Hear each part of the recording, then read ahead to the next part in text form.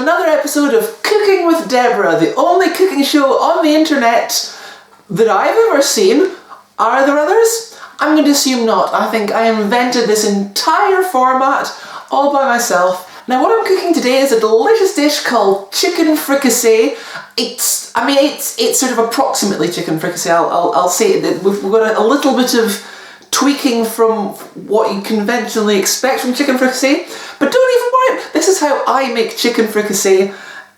Is it the wrong way? I don't know, but you're going to learn how to make a delicious, approximately chicken fricassee. But perhaps you're thinking, Deborah, I've never had chicken fricassee before, so I don't know what it's supposed to be like when done the right way. Or perhaps you're thinking to yourself, well, chicken fricassee, I'm not familiar with that, but maybe it's just chicken with a sauce. Perhaps your name is Sam and you think that all chicken with sauce dishes are just interchangeable. Well, you're not just wrong, you're smelly. And today I'm going to show you exactly what... I'm going to make some chicken fricassee. Isn't that exciting? Let's meet the ingredients. So obviously for chicken fricassee, as you might expect, there is some chicken. Now, we're going to stop on the chicken for a little while. We've got a few pointers I want to say. First of all, traditionally chicken fricassee I think is supposed to just be made with big whole chunks of chicken, like a whole chicken thigh and whole chicken legs. The recipe that this is based from, that I started off with before I tweaked and changed a bunch of things, that original recipe called for, I think, 4 whole chicken thighs and 4 whole chicken drumsticks. That's a lot. That's kind of a lot of chicken. This is about 3 thighs worth, and it's all been chopped up because I'm going to serve this. You'll see I'll serve this with some rice, and you can just have it like a sort of a tasty yum, stuff it in your face stew, so you don't have to eat around the bones. It just makes life easier. You could, if you wanted to, exchange this for some big whole thighs and drumsticks and do it that way. That's fine. That's not what I'm doing. Just, in your head, the chicken will need a bit more cooking at the start to get it, but or maybe less actually. I'm not. Just make sure. Well, this is the next point. Is food safety. I've become a bit paranoid about this in recent times. You'll see I have chopped this chicken. It was actually on the bone thighs, and I've filleted it and I've chopped it up into chunks. Please be careful and clean your hands like you've got OCD. Just really pedantically clean everywhere. As soon as that chicken's in the pan, that's going to go straight into the... I'm going to spray the surface down. You won't see me doing it, but I'm going to deep clean this whole work surface. A couple of weeks ago, I made a delicious chicken curry, and I washed my hands. I want to say this. I did wash my hands. But I guess I didn't wash them thoroughly enough because I got salmonella food poisoning. It was horrible. You don't want it. It's not fun. Take it from me. It's awful. Please be careful. I'm now over the top. I've gone from clearly a little bit lax to just completely over the top because I had just the worst weekend with that. I hated it. It's awful. I'm not going to go into too much detail. Just don't get salmonella food poisoning. This episode is brought to you by salmonella food poisoning. I hope I don't get that again. So anyway, this is about 450 grams of chicken, 400 to 450 grams. You can use more if you want. That's fine. This is how much I'm using. Then we've got about 400 grams of mushrooms, chunkily chopped. This is a very mushroom heavy dish. You could actually do it with all mushrooms and no chicken if you wanted to do like a vegetarian option. That'd be fine. Then, yeah, if you don't like mushrooms, this isn't the... I know people that don't like mushrooms, like vehemently dislike them, so obviously this would not be the dish for those people. Then we've got some chopped onions. You'll notice that all this stuff has been pre-chopped. I spent like half an hour preparing all this in advance. So, because it's really boring to watch people chop up onions and mushrooms, and it's kind of a lot of nothing. So, just know that at the start, these were whole things. I'm using red onions. You really should be using brown, but we had a load of red onions being eaten. So just, I think it'll probably be fine with red. that is 3 medium-ish onions. You could do it with 2 bigger medium onions, but that's about 300 grams of onion anyway. Then we've got 60 grams of butter. We've got 3 tablespoons of plain white flour. We've got some thyme. I'm using dry thyme. If you're not, you can use 3 sprigs. If you're using dry thyme, about half a teaspoon. I've got bay leaf powder because that's the only type of bay leaf I've got. If you have whole bay leaves, one whole bay leaf. If you're using powder like me, then about a quarter of a teaspoon is about right. Again, this is the kind of easy, lazy version. I'm using the garlic granules, and I don't remember how much that is, but I'll probably tell you at the time. It's supposed to be 2 cloves. Stay tuned to see how much I put in.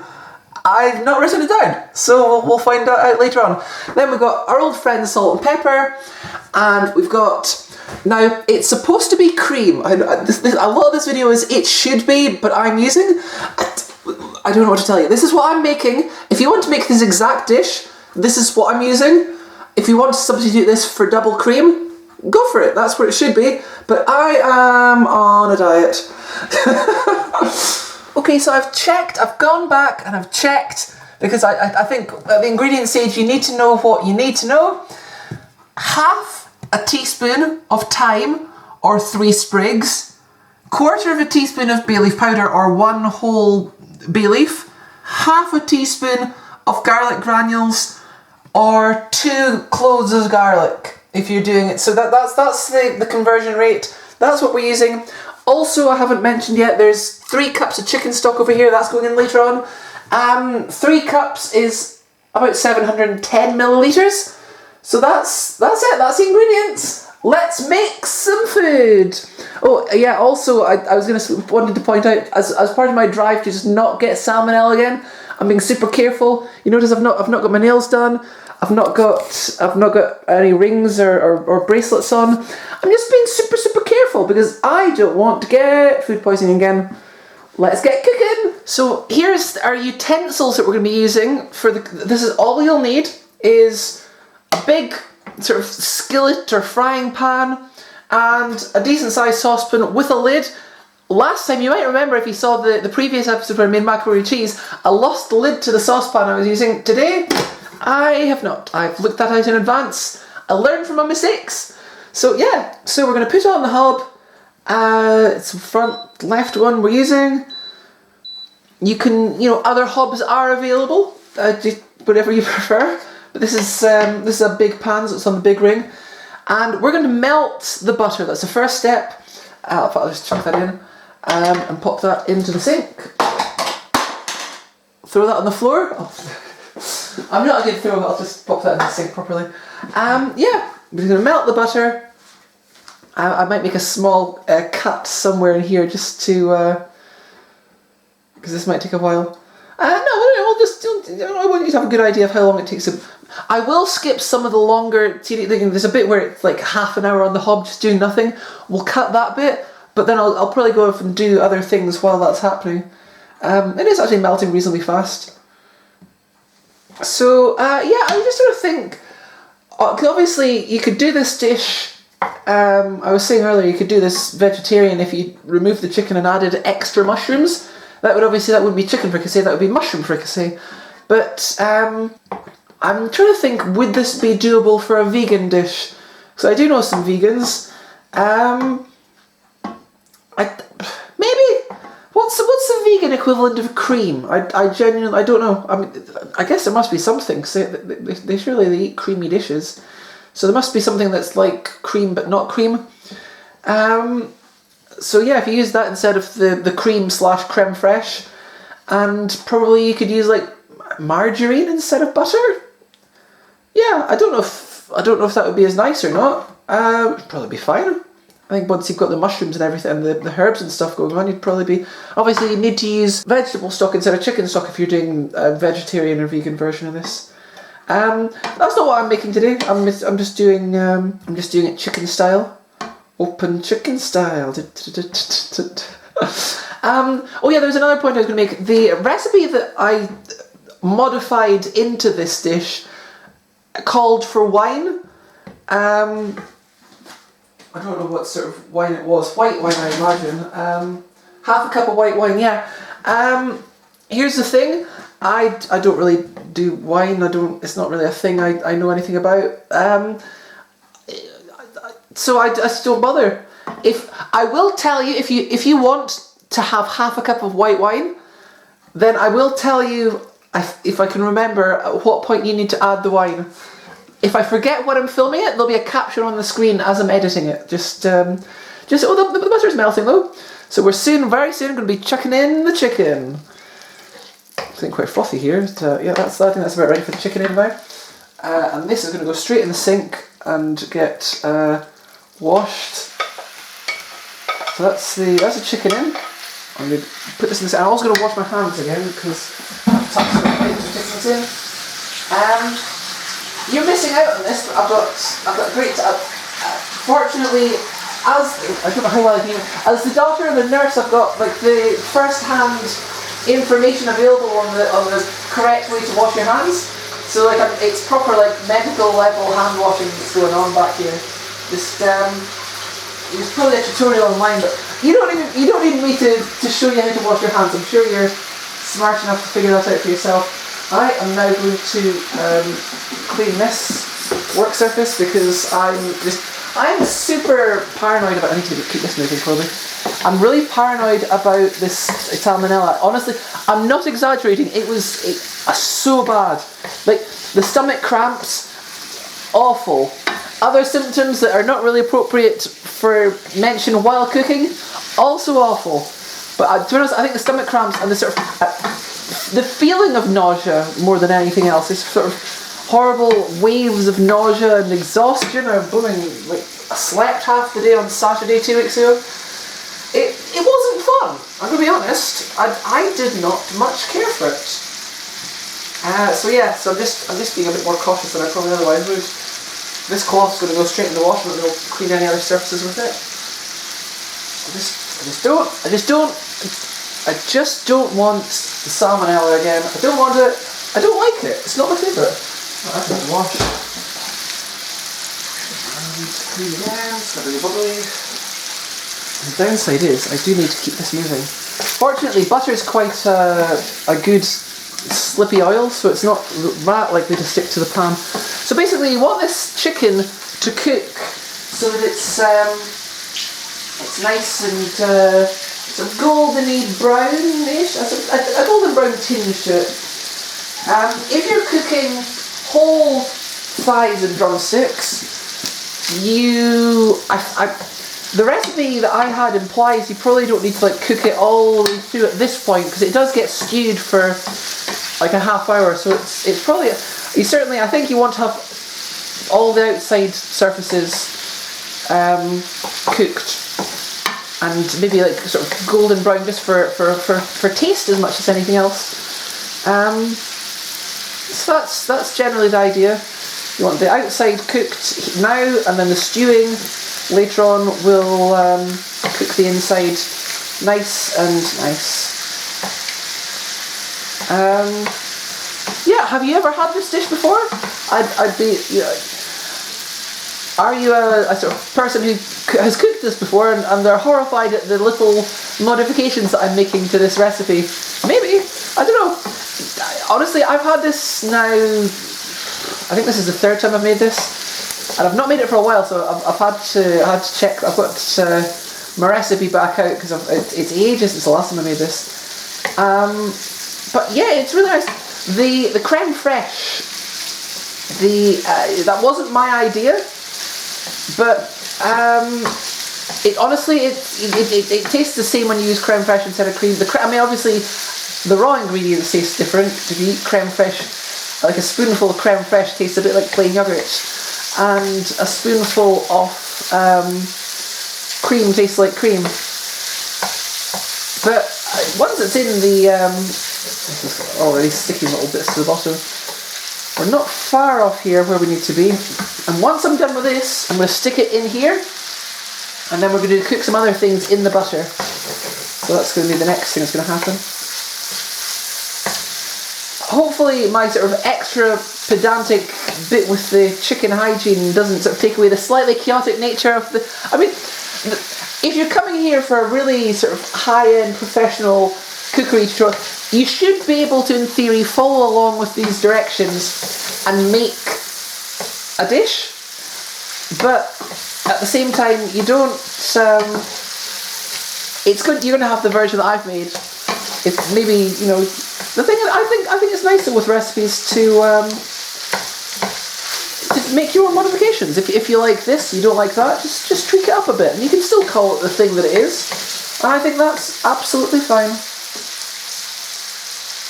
This is the first. I think this is the first video I've.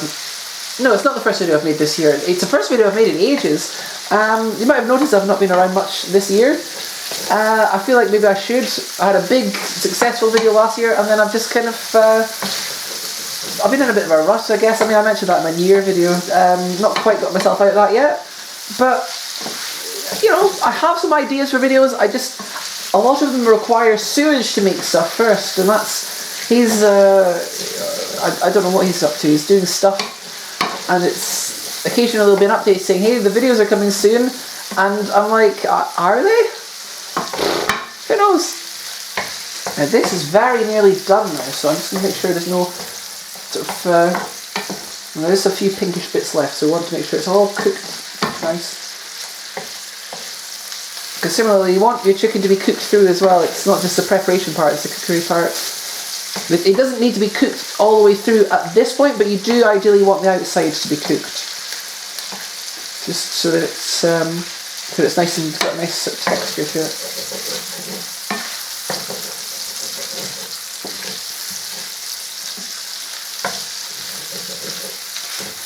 So just, you know, once you see it looks cooked, use your eye, use your brain. I'm not giving you a set amount of time. Don't follow along with necessarily in real time, because you can pause the video if you're trying to make...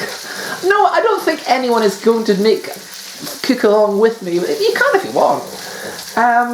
But if you are cooking along at the same time as me, don't forget to... If you're falling a bit behind because I've edited a chunk of time out, just pause the video until you catch up. I'm noticing a little brown bit burnt to the bottom of this pan. I don't know if that's butter. I maybe ought to turn the temperature down a bit. So yeah, I think that's near enough done now. So once it's starting to brown a little bit, you're good to go.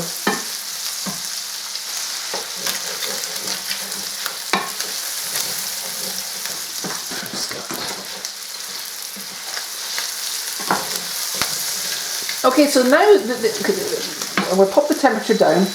This is, I don't know how well it'll show. It's starting to brown a little bit on the edges. That's nice. So we are going to take it off the heat, and being very careful to try and leave the butter in the pan. We're going to put the chicken into the saucepan over here and pop the lid on it, and this will be, we'll come back to the chicken later. Chuck it in here. If there's a couple of little traces of chicken left, that's fine. We want the big chickeny chunks all transferred over here. And leave as much butter as you can, because we're going to cook with that a bit more. Yeah, I'm not quite sure, but I guess it kind of makes sense why we're doing this, because the butter, you'll see the butter. Obviously, you might remember there was flour earlier on. If you remember all the way back to the last episode of Cooking with Deborah, we made a roux using butter and flour, and I just dropped a bit of chicken on the hob. It's unfortunate. See if I can get that off. Oh no, that's made it worse. Heck. Okay, is the hob off? Yes, it is. Good. Okay, I'll put a bit of cold water. There'll be a little break while I clean that smoking bit of butter off the hob. But as you can see, that's the chicken removed from the pan. The chicken's been removed from the pan. It's now in the saucepan. The butter is still in the pan. I'm going to clean that up, and then I will get back to you with the next step. Right, so I've cleaned that little bit of butter off the hob now. This is coming back up to temperature. I didn't want to let it cool down too much. This is going to be quite a short jump. Now we're going to, in the butter, cook the mushrooms, the onion, and the thyme and the bay leaves. These things are all going to go in. I should really come around this side, it would be easier because that's where all those things are. Yeah, we'll just start chucking them in. I probably should have put the onions in first maybe, because the onions need more frying than the mushrooms really, but yeah, we'll just chuck them all in. It'll be fine, it'll be nice. A nice type, a lot of onion, isn't it? Okay, we'll just get these things, get them kind of going in the,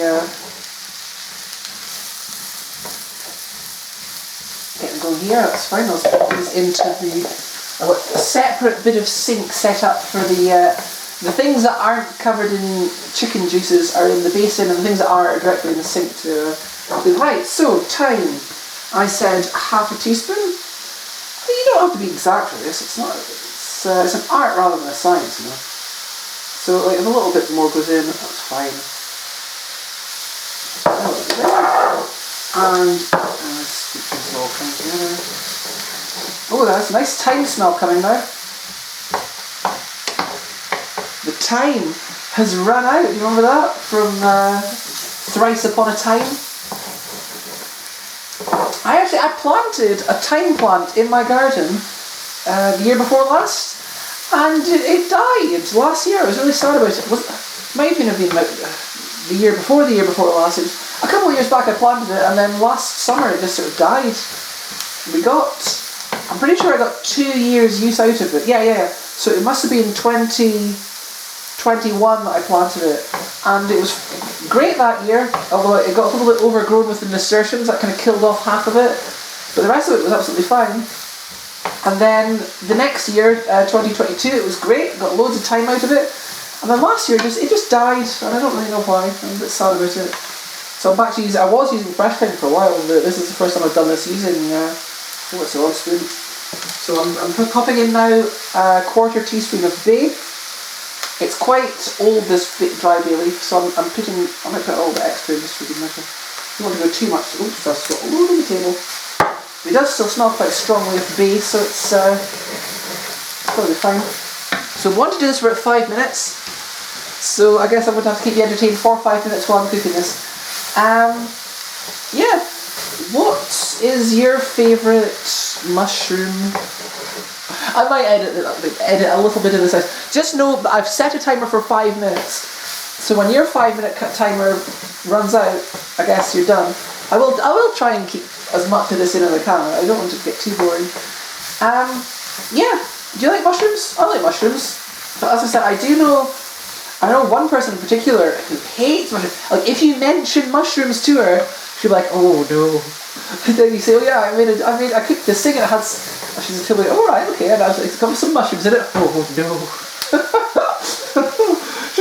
she just doesn't like mushrooms, and that's fine. It's just, I don't know, something about this. I have this. I don't know if that's maybe a slightly unflattering impression of it. I've just got this image in my mind. These just you say mushrooms. Oh no. I guess you don't have to eat mushrooms.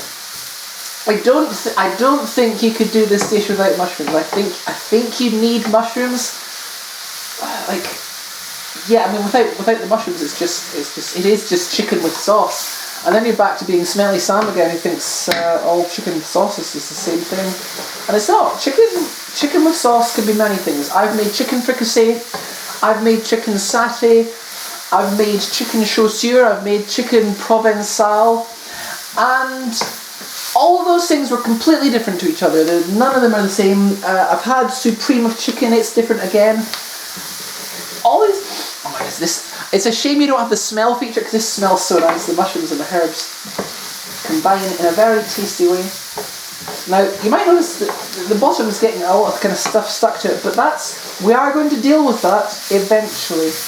Well, we're going to deal with it in about 5 minutes. So yeah, so the next step, after we've done this, we're going to have a few more sort of familiar stages, like cooking off flour. Do you remember when we cooked off flour? There's a lot of callbacks in this to the previous one, the macaroni, and the macaroni episode kind of had callbacks to. I should have put salt and pepper in with the chicken when I did it. That was a bit of a mistake. Whoops. Okay, I'll chuck a bit of salt and pepper in just now, just to. I should really have a lid on it as well. Yeah.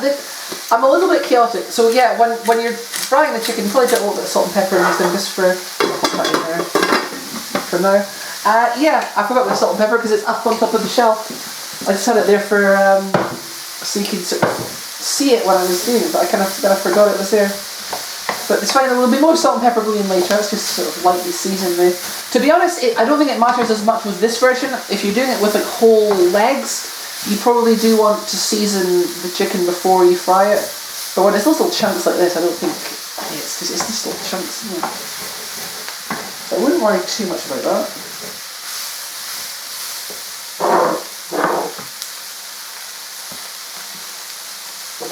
I'm just getting these things sort of ready for when I need them, which will be in about 2 minutes.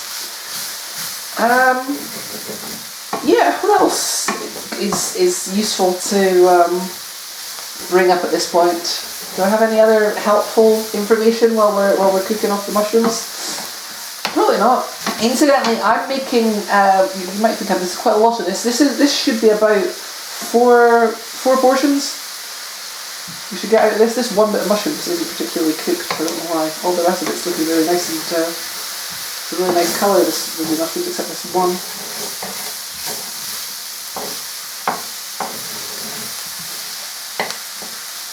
It's fine. We've got another minute, and then we're getting.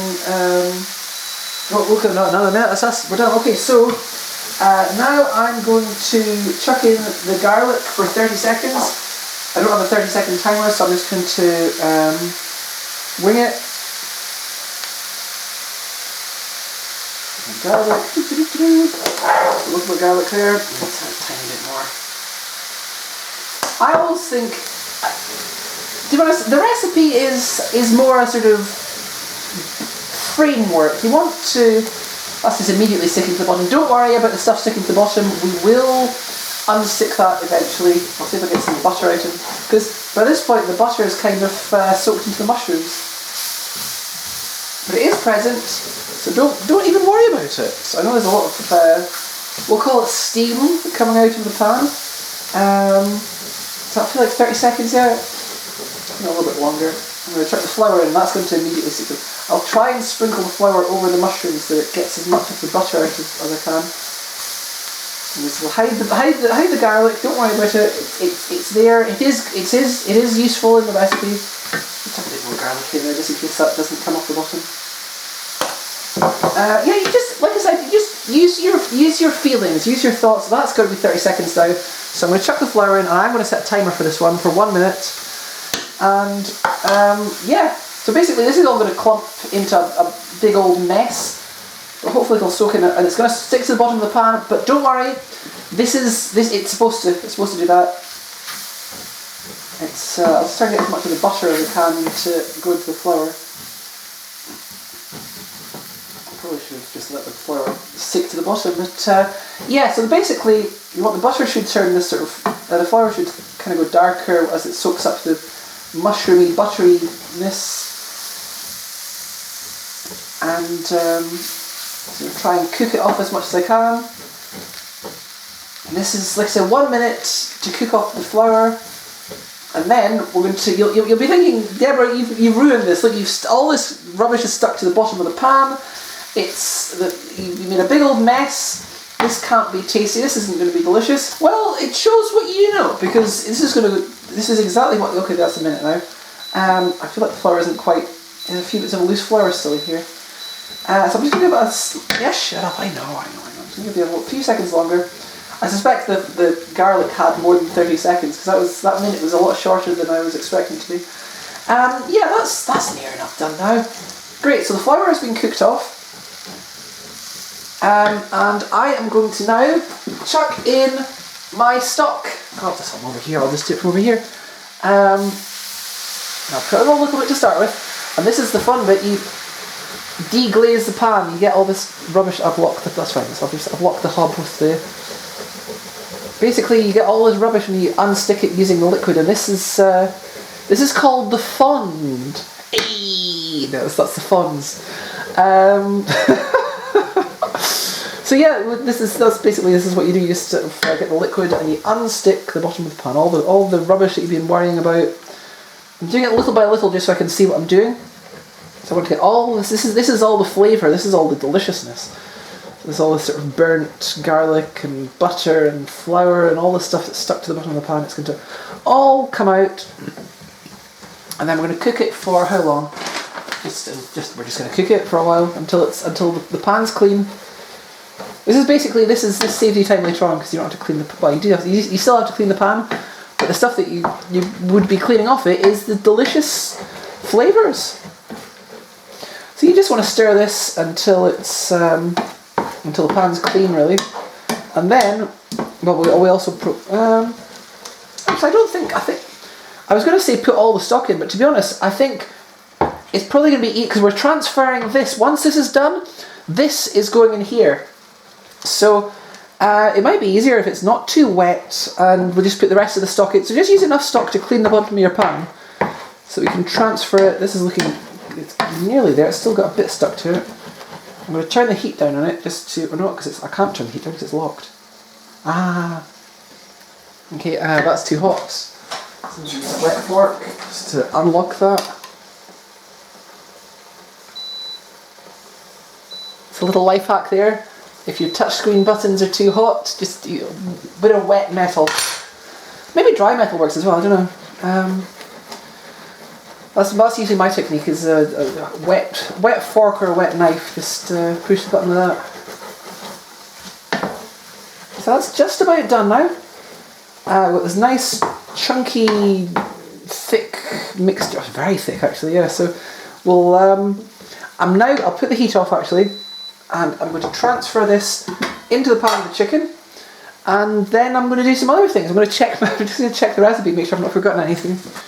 Okay, so this point here, when you're putting the stock in, this is when you also add the wine. Around about this point, so if you're doing wine, the wine goes in. I'm not putting wine in because I don't bother with that. But if you are, now is wine time. It's wine time! It must be about wine 30. So all this stuff goes in here. I might use a bit more stock just to rinse the pan. It's really, really thick, this stuff. It's nice. It's a good smell from it. Good. Look at that. See, look. You thought it was all going wrong as all that stuff was stuck to the bottom of the pan, but now it's stuck to the bottom of the pan. You are. You're stuck to the bottom. You're not stuck to the bottom of the pan. Oh, I mean, you might be. I don't know. So I'll just use a little bit more stock just to rinse that out. A bit more. Yeah, I think if you have a skillet that that has a lid, then you don't need to swap pans. You do need to take the chicken out, but you could just put the chicken back in instead of moving this stuff into the. This skillet doesn't have a lid, and we do need to cover this for a while. So I find it easier to just use a saucepan at this point. But you could, in theory, do this with one pan if it was the right pan. Just a little bit of advice from a professional. Just making sure we get all of this good stuff out. I'm not seeing anything so entertaining right now because this is a slightly boring bit, but that'll do. Okay, so we're done with this pan now. We're not done with that thing, so I'll keep that there. Right, so we are going to add the rest of the stock. We'll put the hob back on. We just want to bring this up to temperature. On the sink. We'll bring this back up to temperature. And then I'll pop a bit more salt and pepper in because we kind of neglected the salt and pepper earlier. You don't need a lot, just enough, about that much will do pepper-wise. And a bit of salt, that'll do. Just to give it a nice sort of salty pepper. So that's now a nice, it's nice. As you can see, it's basically a sort of stew at this point. It does not yet look like chicken fricassee. That's the creaminess kind of comes later.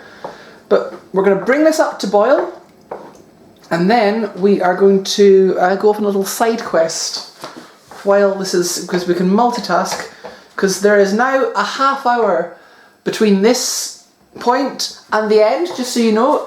There's not going to be a half hour more video. You can probably tell that by looking at the timestamp. We're actually just about done with this now.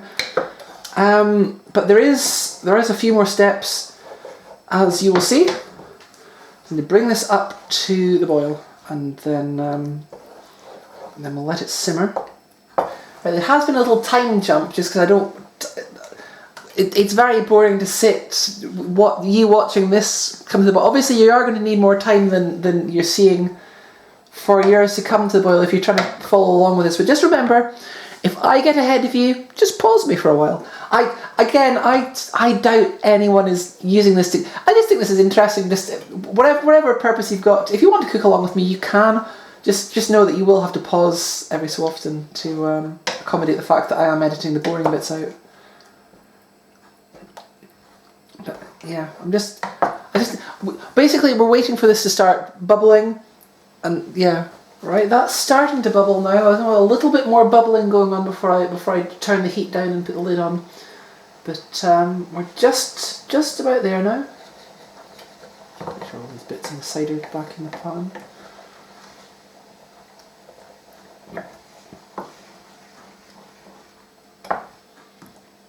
Make sure nothing's stuck to the bottom.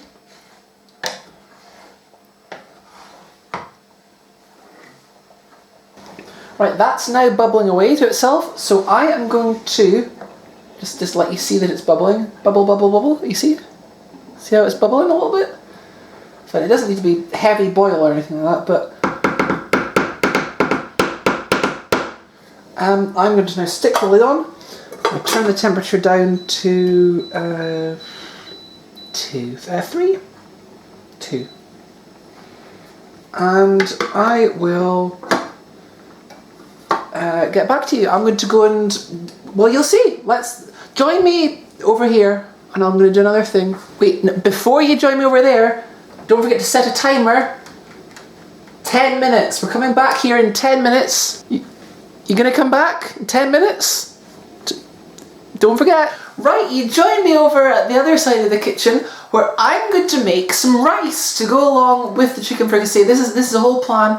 We're going to make some rice. I just thought, let's show me making the rice. I don't remember if I showed you way back when I did the chili, I had rice with that. And I don't remember if I showed you me making the rice then, but that was before we had this rice cooker that we use now. This is actually our second rice cooker. The first one broke. I say broke, it was dropped from great height, and that broke it. So yeah, rice cooker it makes life so much easier when you're making rice. We used to, I think we just used packet rice. I used to be able to make rice in a pan, but it was a bit of a hassle. It wasn't super easy. This thing, super easy, barely an inconvenience. So what I'm going to do, I'm making 4 portions. So got this little cap that comes with it. We portion out 1, 2, a bit far there. 3, 4. Yep, there's not much left in that bag. How much? Is it half a cup? Okay, we're doing 4 and a little bit, just slightly under 4 1/4. So that's fine. There's no point in leaving a little bit in the bag. So we're slightly over 4 cups of rice. If you want to make your life easier, just do 4. Just do 4. Now here's a thing that you might be wondering, Deborah, why are you making 4 portions of rice all at once? You're not going to be eating 4 portions of rice at once. So people always say, oh, you shouldn't reheat rice, it's very dangerous. My experience, I'm really badly framing. My experience is fine.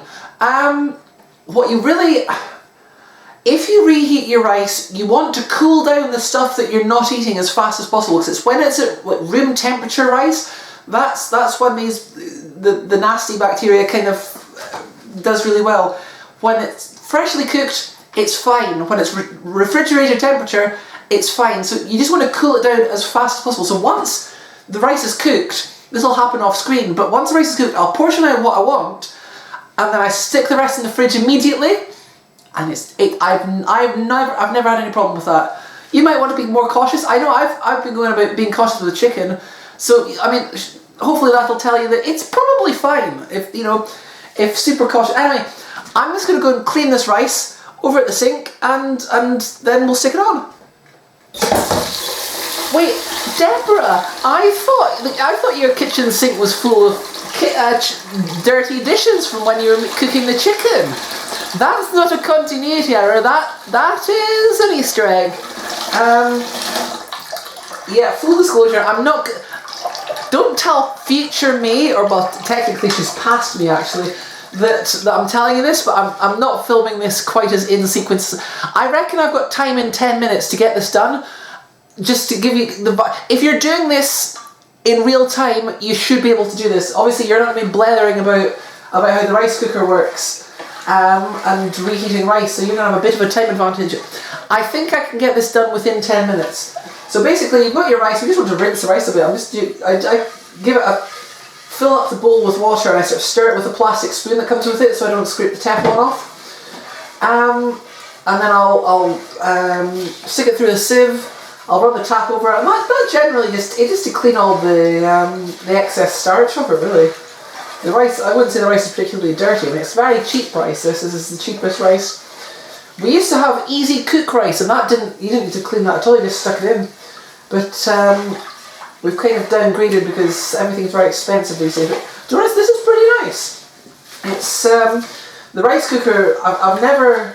It very rarely has any particular difficulty cooking the rice. That's the thing. Compared to, you don't have to mess around with 1 cup to 2 cups or any of that rubbish. You just right, I've cleaned it inside that sink since I used it, so that's fine.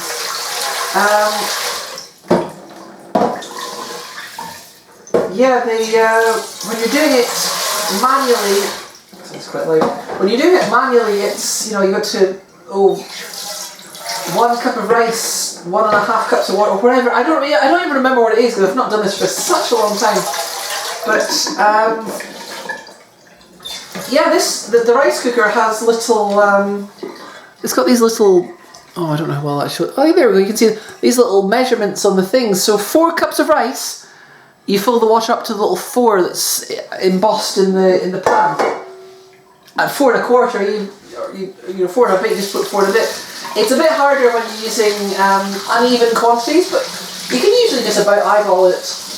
That's not an awful lot more than 4. So I've got it stuck here in the sieve.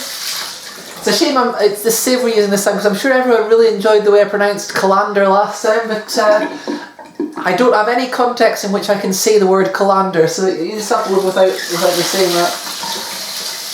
Some people do call this, well, they don't pronounce it colander, but I have heard people describing this device as a colander.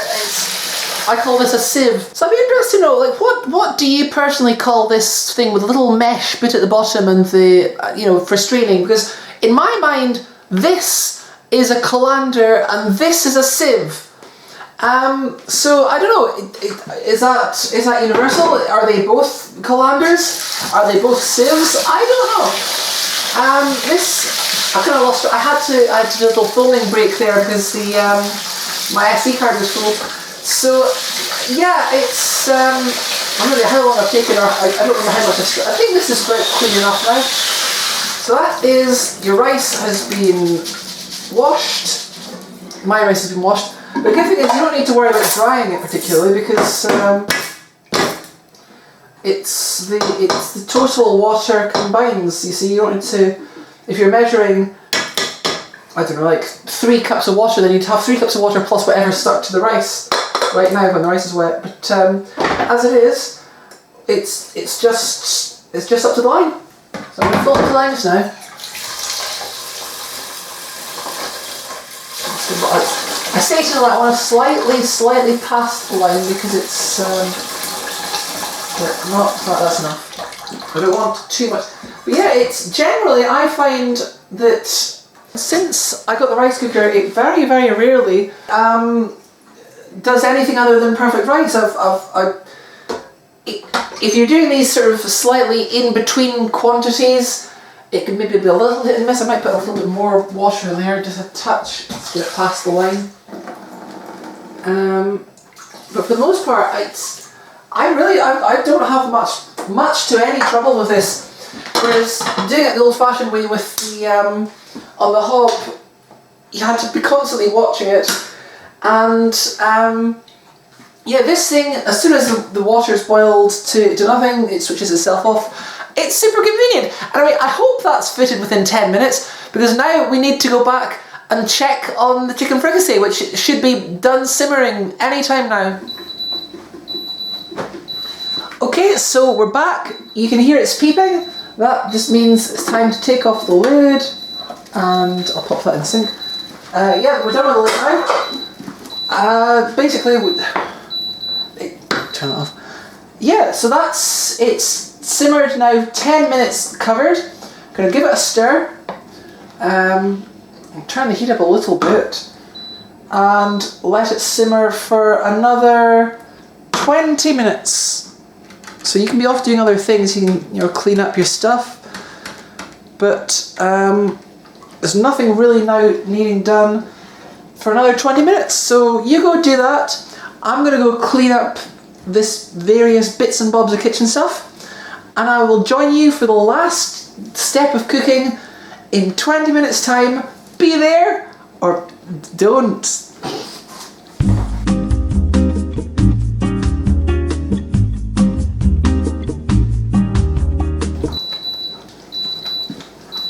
Okay, well that sound means that 20 minutes has passed. I hope you've been as productive as I have. The kitchen is now spotless.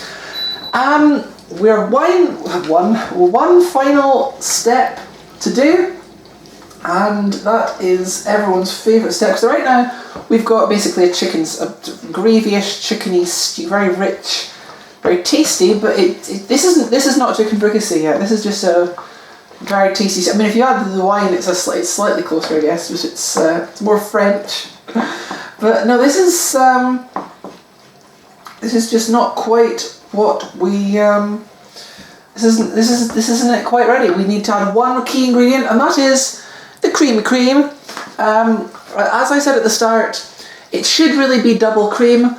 I'm using creme fraiche. Honestly, once it's in there, it tastes about the same, and it's just slightly healthier. It's still a bit indulgent, but it's. So we're just going to pop the heat off this for just now while I add this. So yeah, this just makes it creamy. You wondered how it gets so creamy? It's an entire pot of creme fraiche goes in, or cream. This is slightly thicker than cream, but it thins out as you heat it, so it's which cream doesn't really. So it's it balances out about the same. It's really nice, real tasty, wasty, yum yums. Now just get this. Oops, a splash on the floor there. Not quite sure how much that. Right, okay, so let's stir this in. And then that's about it, really. Then we'll bring it back up to the simmer. So let this sort of stir that through. So it should be a nice sort of creamy brown colour. Once it's, yeah, there we go, that's coming in. See the colour's coming in now, it's changing. It's getting lighter. That's because I've put some creamy cream in. I've put some creme fraiche in, but it's, for all intents and purposes, it's just some cream. Now, you're probably thinking at this point, is there not an easier way to make this dish? And I think you probably could sort of shortcut it more than I have. If you wanted a really basic, rudimentary approximation of this, you could probably just buy some cream of mushroom soup and pour it over some chicken. That would be roughly this. I don't think it would be as nice. I think you'd lose out a bit on the all the herbs and all the richness and everything. Obviously, if you're doing this with wine, it's going to be slightly fancier. So probably, I don't know. I'm not a big fan of. I mean, I like alcohol in cooking. I'm not sure if I've mentioned it. I don't drink myself, but in cooking, I quite like steak and ale pie's quite nice. I quite like like sauces, like cranberry sauce with a bit of port in it. It's quite nice. But I don't know, I'm not a big one for cooking with my own stuff with wine. I don't think I've ever really used alcohol as an ingredient. So yeah, I don't know. Maybe it would be nicer, maybe it wouldn't. I genuinely don't know. But that is about it. I'm just going to put this on to put the heat back on. Boop, boop. Yes, bring this back up to heat to get it just bubbling. Was it? It's just about there now, actually. Yeah, we're bubbling. That's fine. So I'll turn this back down to 2, because I don't really want it to overly cook out the cream. I just want it to sort of cook in. So I'm going to taste a little bit, and we'll see if the sauce is alright, and if not, it might need a little bit more salt or a little more pepper or something.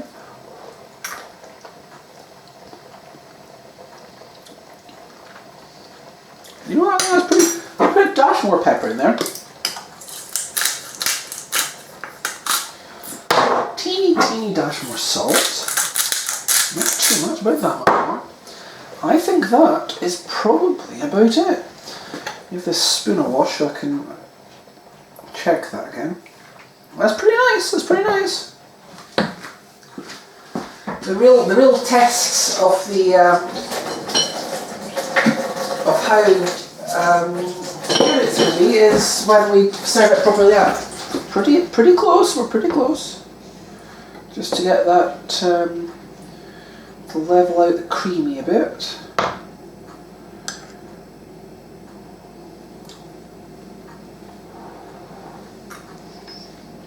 That's perfect. Don't need anything else. That's delicious. Okay, lovely. So that's it. We're done. Let's now go and serve this up and enjoy a delicious meal of chicken fricassee. Just a little quick before I properly plate up. This is just finished. I just thought I'd let you have a look at my rice, and yeah, that's turned out pretty good. It's not quite. Could have been a smidge messed up. That's not far off, that's decent. So yeah, so what I'm going to do is, pretty much immediately now, I'm going to serve this up for myself, and what I'm not going to eat, it's going straight in the fridge, so we'll cut, that is what's happening, just don't leave this sitting out. It's only just finished. Off we go. Food time.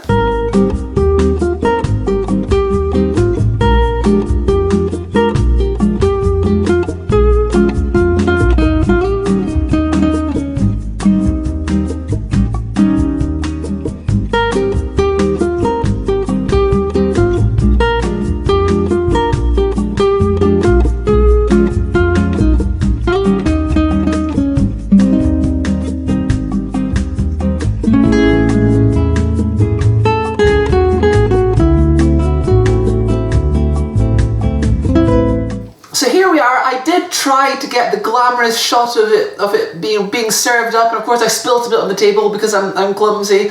But for every drop that's spilt on the table, another 5 drops are spilt directly into my head. So here it is. I've made a delicious meal, chicken fricassee, and now I get to enjoy the fruits of my labour. I'm not going to eat the whole thing in front of you. That would be kind of weird. But get to see me enjoying a delicious, my first bite of, it's served with some rice, delicious fricassee meal, as long as it's not too hot to put in my mouth. No, that's fine. Yeah. That is really nice. So yeah, great, I've made a delicious meal. It's herby, it's herby goes bananas. Yeah, I mean, that's about it really. Try it yourself, see how it goes. I'll conclude, I'll eat this off screen because this isn't a mukbang. No one wants that. And then I'll go talk to you over there once I'm done. But I'm going to enjoy this because it took a bit of time to make, and now I'm going to take a bit of time to eat it, and I'll enjoy that. Bye. So thanks for joining me for this exciting culinary adventure. I hope you've enjoyed this. if you have a go at making chicken fricassee, obviously this is probably the most complicated dish in terms of the little bits and pieces that you've got to do. Out of all my repertoire, certainly out of the 5 things I've made so far, we did chili, that's fairly complex. We did a thing with a marrow, that's just nonsense, I just made that up as I went along. I made blue cheese pasta with some eggs. It was just some pasta with some eggs. We made macaroni and cheese, which was pretty much the same dish minus the eggs and with different cheese. And now we've made this. And I think this is probably the most complicated one. This is the most risky one because it involves handling raw chicken and cutting raw chicken. You didn't see me do that because it wouldn't have been entertaining. It would have just been me getting worried about chicken. Anyway, that's it. That's the end of the video. If you have a go at making this, let me know how it turns out. If you don't have a go at making this, that's fine. But if you want to cook with Deborah, do. Yeah, that's it. That's it. That's the end of the video. But you know, we made some chicken fricassee, and I think that's what really counts. Join me next time. Hopefully, it won't be too long before my next video.